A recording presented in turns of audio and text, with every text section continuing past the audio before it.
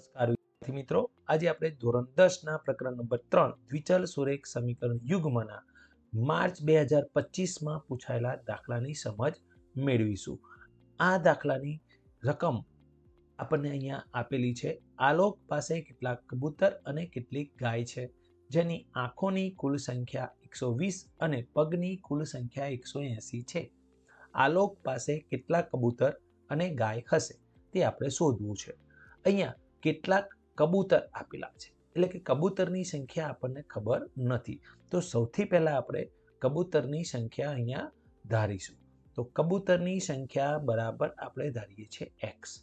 હવે પાછું અહીંયા વિધાનમાં જોઈએ તો કેટલીક ગાય, એટલે કે ગાયની સંખ્યા પણ આપણને ખબર નથી. તો આપણે અહીંયા શું કરીશું?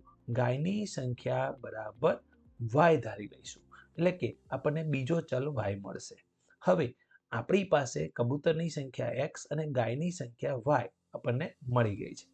હવે આપણે આ વિધાનની અંદર આપેલું બીજું વિધાન આંખોની કુલ સંખ્યા 120 એનો ઉપયોગ કરીએ તો કબૂતરની આંખોની જો વાત કરીએ આપણે તો અહીંયા એક કબૂતરને 2 આંખ હોય છે. તો x કબૂતરની આંખ કેટલી થશે? તો 2 ગુણ્યા x. એવી જ રીતે ગાયની જો વાત કરીએ તો ગાયને 2 આંખો હોય છે. તો એક ગાયને 2 આંખ હોય તો y ગાયની આંખ કેટલી થશે? તો એની સંખ્યા આપણે શોધવી હશે તો 2 ગુણ્યા y થશે.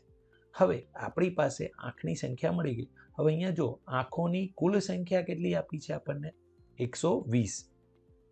તો આપણે શું કરવું પડશે? હવે આ બંને સંખ્યાઓનો સરવાળો કરવો પડશે, એટલે કે 2x વત્તા 2y બરાબર શું થશે? 120. હવે જો આ સમીકરણને તમે ધ્યાનથી જોશો અહીંયા તો 2x વત્તા 2y બરાબર 120, તો બધાને તમે 2 વડે ભાગી શકશો. તો સમીકરણને 2 વડે ભાગીશું આપણે તો આપણને અહીંયા સમીકરણ શું મળશે? x વત્તા y બરાબર 60 થશે. તો આ પહેલું સમીકરણ આપણને મળે છે.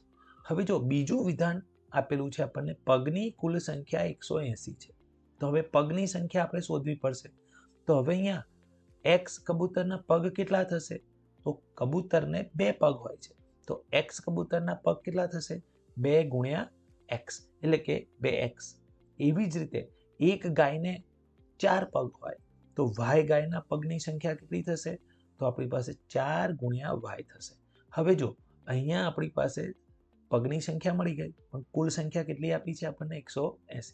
તો આના પરથી જો આપણે સમીકરણ બનાવીએ તો 2x અને 4y જે છે એનો જો આપણે સરવાળો કરીએ અહીંયા તો 180 થશે, એટલે કે 2x વત્તા 4y બરાબર 180. હવે જો આ જે સમીકરણ છે એમાં 2x 4y અને 180 તો બધાને 2 વડે ભાગી શકશો. જો ભાગીશું આપણે તો આપણને નવું સમીકરણ શું મળશે?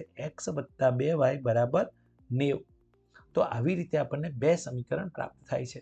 હવે આ 2 સમીકરણ જે છે એમાં આપણે ઉકેલ મેળવવા માટે આદેશની રીત, લોપની રીત અથવા તો આપણે આલેખની રીતનો ઉપયોગ કરી શકીએ છીએ. તો ચલો સૌથી પહેલા આપણે આ 2 સમીકરણોના ઉકેલની વાત કરીએ. તો હું અહીંયા લોપની રીતનો ઉપયોગ કરી અને આ સમીકરણનો આપણે ઉકેલ મેળવીશું. તો જો 2 સમીકરણને એકબીજાની નીચે આપણે ગોઠવી દીધા છે.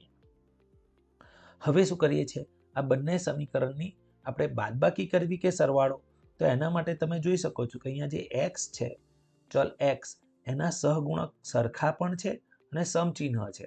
અને જ્યારે સહગુણક સમચિહ્ન હોય ત્યારે બંને સમીકરણની બાદબાકી કરવી પડે, અને એટલા માટે આપણે બીજા સમીકરણના સહગુણકોની નિશાની બદલીશું. તો જો માઇનસ, બીજાની પર પ્લસ છે તો માઇનસ, અને 60ની પણ નિશાની બદલીશું માઇનસ. હવે જો અહીંયા x જે છે એની બાદબાકી કરીશું કે x નો લોપ થશે અહીંયા આગળ. તો હવે આપણી પાસે બાકી રહેશે અહીંયા 2y ઓછા y. તો શું જવાબ મળશે આપણને? y. અને એ જ રીતે 90 ઓછા 60 તો જવાબ શું મળશે આપણને? 30. તો y ની કિંમત મળી ગઈ.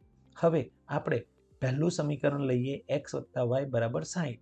એમાં y ની કિંમત 30 મૂકીશું અહીંયા આગળ. તો x વત્તા y ની જગ્યાએ આપણે મૂકીશું 30 બરાબર શું થશે આપણી પાસે?